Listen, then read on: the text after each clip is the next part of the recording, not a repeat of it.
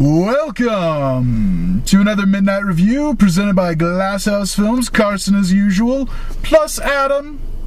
We lost that one guy that was with us last. I don't know what happened. We finished reviewing with him. We took him out to Denny's, and then when it was time for him to pay the check, he just bailed. He died. It was weird. Anyway, I think I'm sitting in a car with a murderer. Tonight we are going to go see the sequel to a highly acclaimed children's flick, How to Train Your Dragon 2. Not the sequel to How to Train Your Dragon 2. Sequel to How to Train Your Dragon. Stop correcting me. Anyway, so I've never seen the original, but I've heard that it was really, really good. I have seen the original, and being an animator, it was beautiful. So what are your expectations going into this one? I highly expect that it will have the best animation, because How to Train Your Dragon 1 was so beautiful. And, I don't know, the story was alright, in honesty, in the first one. So I'm not expecting too much of story. But yeah. Well, since a lot of people kind of squealed to no end about the original, I'm kind of expecting this one to be at least pretty good. Halfway decent. They made a TV show for a little bit, didn't they? Again, I know almost nothing about this property. I don't know if it's still going, but I'm pretty sure they made a TV show about it that ran for a little while. It might still be going. I don't know. But cool story, right? Let's go see it. No, just get away from it. On June 13th, there's only one way to fly. Dragons? Yeah, good one. With Hiccup. Dragons and Viking enemies again! Oh. Toothless. There won't be any trouble. Unless you do that. Astrid. Works every time. Gobber. Give me a cuddle. Oh. DreamWorks How to Train Your Dragon 2 in 3D. We can't fly these things. They're babies. Oh. Rated PG. And we're back. So we just got out of that thing. What did you think? I thought it was very beautiful. Looked really nice. It was an impressively gorgeous film. Yeah, you should see the first one. It's pretty much just as good. This one's better, though. As far as, like, gorgeosity? Gorgeosity, yeah. Yeah. But, I like the story a little bit better in this one, but it should have been like a half an hour shorter than it was. It just kind of went on a little too long. By the end, I was just checking my watch, praying for the thing to be over. Yeah. I was just done. It was like 2 hours long, and it should have been like an hour and a half. Yeah. So why don't you tell the fine people the story of this one, since you have more knowledge of the first one. Do you want me to? Okay, so in the first one... So this is a sequel, so obviously there'll probably be a little bit of spoilers for the first one, right. But it seems that everybody saw it, so whatever. Anyway. It's 5 years, right, after the first one? Yeah, I think so. So he already trained his dragon, but this one's, How to Train His Dragon again. I guess. I don't know. They couldn't have called it really anything else. Branding. But, Anyway. He trained his dragon in the first one. Hiccup. Yeah.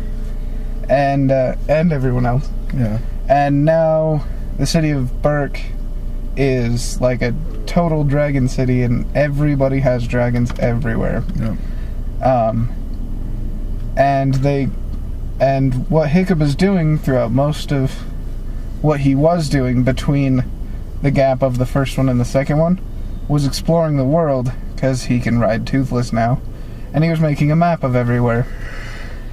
And he comes across this, like, raiding party, I guess, that's trying to capture dragon trappers. Dragon trappers. Hunters, whatever. That were, they don't kill dragons, they just trap them and take them back to Bloodfist. Bloodfist. Drogo Bloodfist. Yeah, a metal name if I ever heard one. So they're capturing dragons to take them back to Drogo Bloodfist because he's massing an army.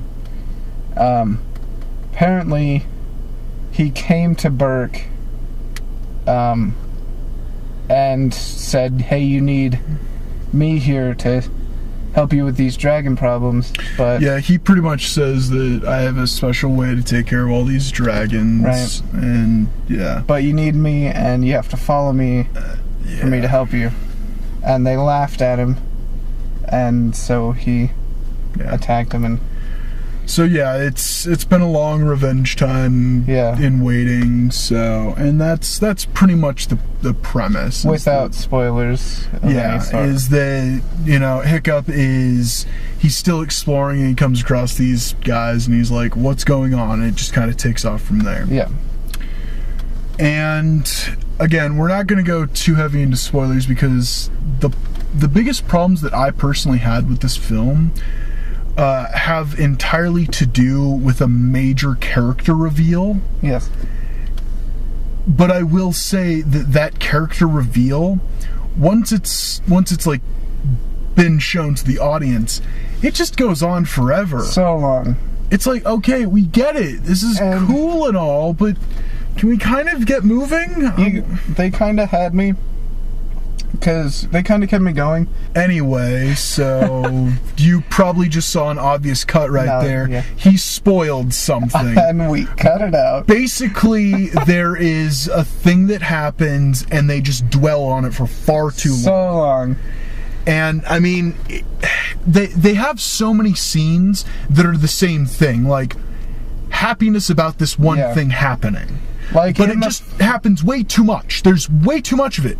Like, if they had cut it down to just one of those things, that would have been great, but there's, like, a bunch. In the first one, you see Hiccup riding Toothless a lot. And it makes sense because, you know, it's a new thing. They're trying to feel out everything.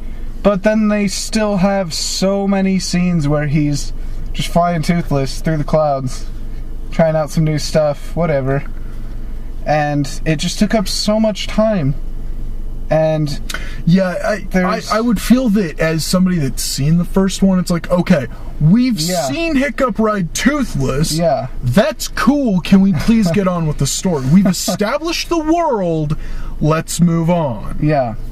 But there's so many scenes where they shot it as if it was a live action movie, where they wanted to show the whole set and look at how we decorated the set, kind of a thing. Yeah, there were a few too many times where it's check out our giant art D. Yeah. And it's like, okay, that's really pretty and everything, but I kind of want to see the story continue. Yeah.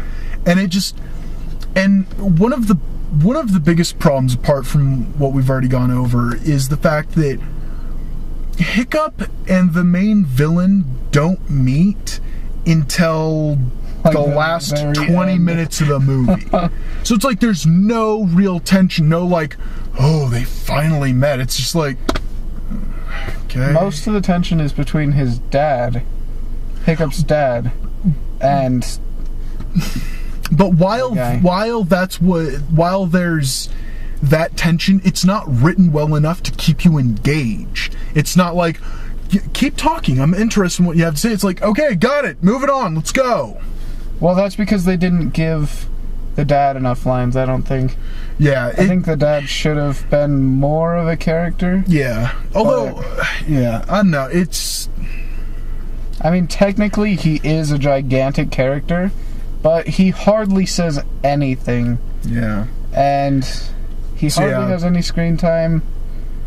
Biggest problems just really come down to the screenplay and the script. It just wasn't engaging. The story, the premise is kind of cool. It's like, oh, okay, tell me more. But the actual payoff and execution of that premise leaves a lot to be desired. And it just feels like the movie drags. I was checking my watch, just waiting for this thing to be over. I really liked it. But it did drag on. Yeah. So, I don't know if you have to be a fan of the first one to like it. Personally, I didn't really dig it too much. Maybe it is because you didn't see the first one. Would you say that it's a step down from the first one? I'd have to see the first one again, but based on how much just they were just filming like just dragons just flying around. Yeah. I would say that this one is slightly worse than the first one. So yeah, a step down. Not just worse. A little bit? It's not a bad movie. It's not a bad movie. It just doesn't tickle my fancy. I love fantasy, but it just didn't get to me. I thought it was a good movie. Not as good as the first one. I'd have to watch it again to see if there's lots of random shots. I personally, final thoughts. I would see this in theaters. Yeah, I think if you liked the first one, then you'll probably end up liking this one, just like Adam. It is very gorgeous to watch. There are a few scenes where if you take really, really small children to, they might have a weird or a bad reaction to it. But outside of that, I think that I think that it's a decent family movie. Yeah. The best thing I can really say about it is it doesn't insult younger viewers' intelligence. Yeah. It's pretty solid in that respect. Yeah, there weren't like fart jokes, if that's what you're talking about. But